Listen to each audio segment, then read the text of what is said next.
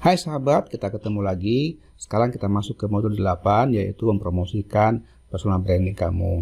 Dalam modul ini, kita akan membahas strategi penting untuk mempromosikan personal branding yang sudah kamu bangun, dan bagaimana menciptakan konten yang relevan untuk mendukungnya. Setelah kamu merumuskan personal branding kamu, saatnya untuk mengkomunikasikan kepada audiens kamu dengan cara yang efektif.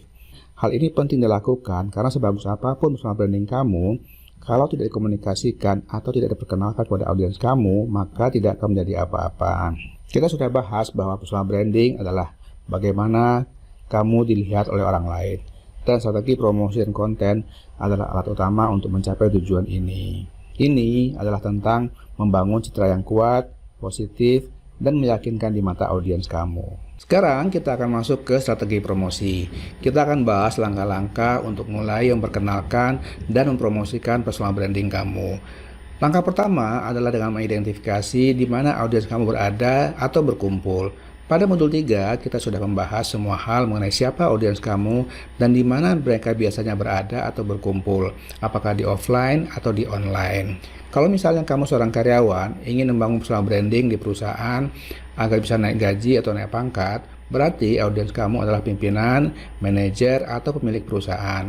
Berarti mereka dapat kamu jangkau secara offline di kantor atau pada event-event tertentu di perusahaan.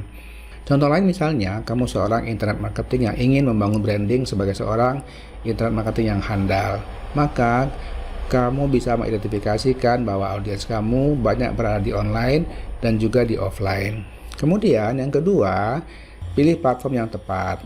Pilih platform atau saluran yang tepat untuk mencapai audiens kamu. Sebelumnya kita sudah membahas siapa target audiens kamu dan kamu sudah mengetahui di mana biasa mereka berkumpul atau media sosial apa yang biasa mereka buka atau mereka miliki. Contoh misalnya seperti LinkedIn, Twitter atau Instagram atau bahkan di blog pribadi atau situs web. Contohnya, jika kamu seorang desainer grafis, maka Instagram adalah platform yang tepat untuk memamerkan portfolio kamu.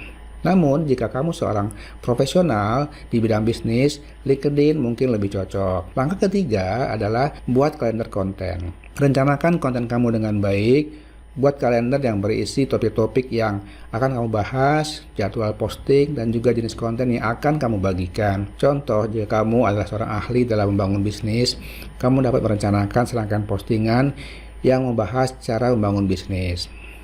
Kemudian yang langkah selanjutnya adalah gunakan cerita. Cerita adalah alat komunikasi yang kuat dengan audiens kamu. Buatlah narasi yang mengaitkan pengalaman pribadi kamu dengan nilai-nilai dan tujuan kamu. Contoh misalnya, jika kamu seorang motivator, kamu dapat berbagi cerita tentang tantangan yang pernah kamu hadapi dan bagaimana kamu mengatasinya. Langkah selanjutnya adalah pesan yang konsisten. Pastikan pesan kamu konsisten dengan nilai dan branding kamu. Hindari kontradiksi atau pesan yang ambigu. Contoh misalnya, jika kamu ingin dikenal sebagai pemimpin inovatif dalam teknologi, pastikan semua konten kamu mendukung pesan tersebut. Langkah selanjutnya atau langkah keenam adalah gunakan berbagai media. Gunakan berbagai media dalam strategi promosi kamu, termasuk misalnya teks, gambar, video, dan podcast. Ini akan membantu kamu menjangkau audiens yang lebih luas. Contoh misalnya, kamu dapat membuat video tutorial tentang topik terkait bisnis dan juga menulis artikel di blog atau website. Kemudian langkah selanjutnya, langkah ketujuh adalah interaktif dengan audiens. Tanggapi komentar, pertanyaan, dan umpan balik dengan baik. Contoh, jika seseorang mengomentari salah satu postingan kamu dengan pertanyaan, berikan jawaban yang informatif dan ramah.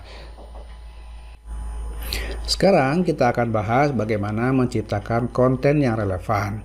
Konten yang relevan adalah kunci untuk membangun hubungan yang kuat dengan audiens kamu. Caranya yang pertama adalah selalu fokus pada audiens. Setiap kali kamu membuat konten, pertimbangkan bagaimana itu akan memberikan nilai pada audiens kamu. Pikirkan tentang masalah atau pertanyaan yang mungkin mereka miliki dan bagaimana konten kamu dapat menjawabnya. Contoh misalnya, jika kamu seorang koki, kamu dapat berbagi resep dan tips memasak yang bermanfaat bagi penggemar kuliner kamu. Kemudian yang kedua, tampilkan keunikan kamu. Gunakan konten untuk menunjukkan keunikan kamu. Ini bisa termasuk perspektif unik, pendekatan yang berbeda, atau gaya yang membedakan kamu dengan orang lain.